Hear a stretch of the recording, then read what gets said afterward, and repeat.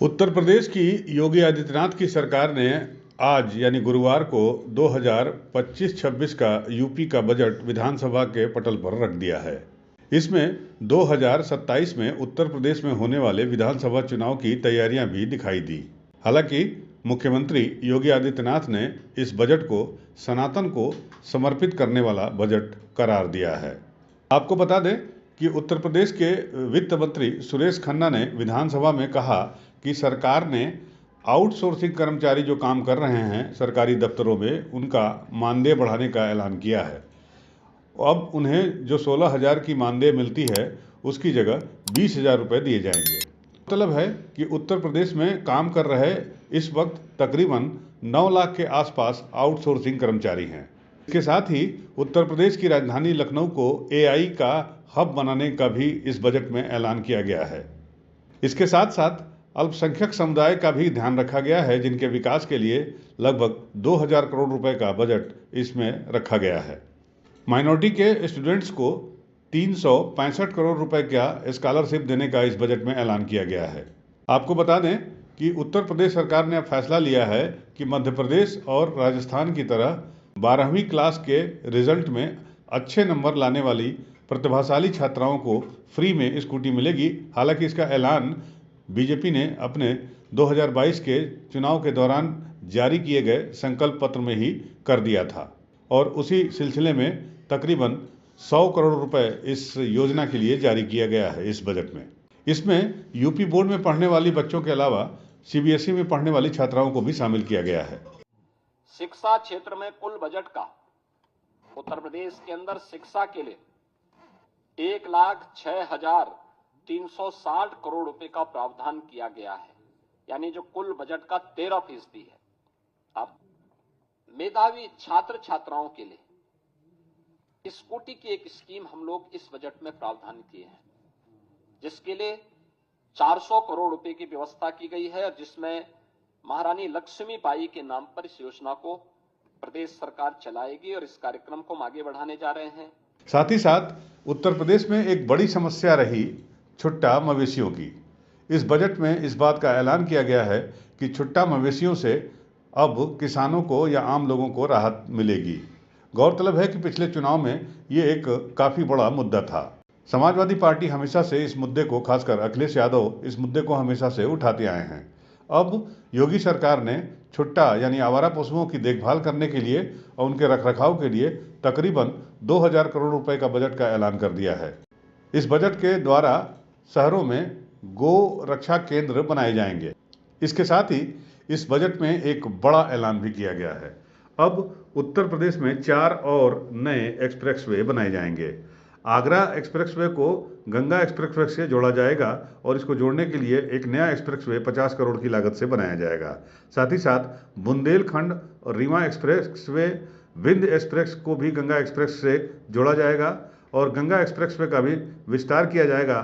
साथ ही मेरठ से हरिद्वार तक का भी एक एक्सप्रेसवे का निर्माण किया जाएगा, जिसकी लागत तकरीबन 50 करोड़ रुपए होगी।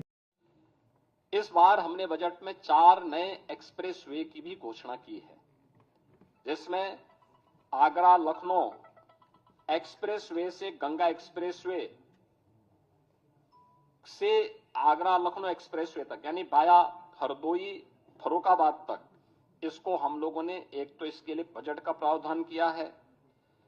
दूसरा, गंगा एक्सप्रेसवे को प्रयागराज से मिर्जापुर, वाराणसी, चंदौली और पूर्वांचल एक्सप्रेसवे के साथ जोड़ते हुए फिर पूर्वांचल एक्सप्रेसवे को इसी मार्ग से ले जाते हुए शक्तिनगर सोनभद्र तक जोड़ने के लिए भी एक घोषणा इसके साथ हम लोगों ने की है, जिसमें विंध्य एक्सप्रेसवे के रूप में हम इसको जोड़ने जा रहे हैं।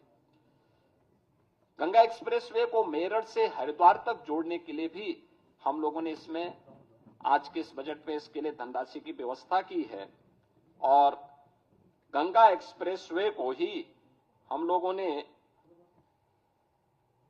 बुंदेलखंड एक्सप्रेसवे के साथ जोड़ने के लिए भी धनराशि की व्यवस्था आज के इस बजट में प्रस्तावित की है। प्रयागराज में महाकुंभ के अवसर पर इस बार हमारे जो अनुभव रहे हैं उसको देखते हुए हम लोगों को ये अनुभव हुआ है कि वहां पे आवागमन को और सुगम बनाने के लिए 2 नए ब्रिजेज बनाने बहुत आवश्यक हैं। एक शास्त्री ब्रिज के साथ पैरेलल गंगा नदी के ऊपर और एक यमुना नदी के ऊपर जो नैनी में सिग्नेचर ब्रिज है उसके पैरेलल एक नए ब्रिज बनाने के लिए, इसके लिए भी धनराशि की व्यवस्था हमने यहाँ पर की है। आपको बता दें कि इस बजट में उत्तर प्रदेश के तीर्थस्थलों का भी पूरा ध्यान रखा गया है। मथुरा वृंदावन में कॉरिडोर में जमीन खरीदने के लिए 100 करोड़ और निर्माण के लिए 50 करोड़ का बजट अलॉट किया गया है।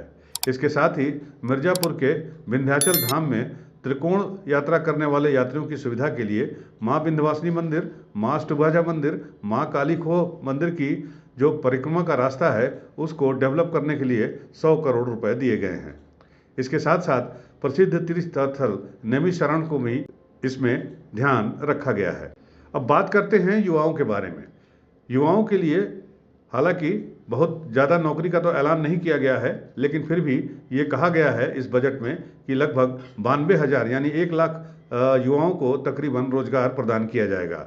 अब इन युवाओं को ब्याज मुक्त लोन देने की सुविधा दी जाएगी और प्रतियोगी परीक्षाओं की तैयारी कर रहे छात्रों को उनके घर के पास कोचिंग की सुविधा मिल जाए। इसके लिए अब उत्तर प्रदेश के सभी मुख्य जिलों में मुख्यमंत्री अभ्युदय योजना के तहत कोचिंग सेंटर खोलने का भी ऐलान किया गया है और हर साल 1 लाख नए छोटे छोटे व्यवसायों की यानी उद्यमों की स्थापना भी की जाएगी। युवाओं के लिए हम लोगों ने एक व्यवस्था की है और इसमें शिक्षा है, रोजगार है, उद्यमिता में सरकार की प्राथमिकता को आगे बढ़ाते हुए प्रदेश के हर जनपद में हम लोगों के द्वारा एक प्रावधान किया जा रहा है कि हर जनपद में हम एक डिस्ट्रिक्ट इकोनॉमिक जोन बना सकें जो एक एम्प्लॉयमेंट जोन के रूप में कर सके और ये एम्प्लॉयमेंट जोन भारत के अखंड भारत के शिल्पी लौह पुरुष सरदार वल्लभ भाई पटेल के रूप में जाने जाएंगे। यूपी न्यूज़ 9 के लिए लखनऊ से इजहार अहमद की रिपोर्ट।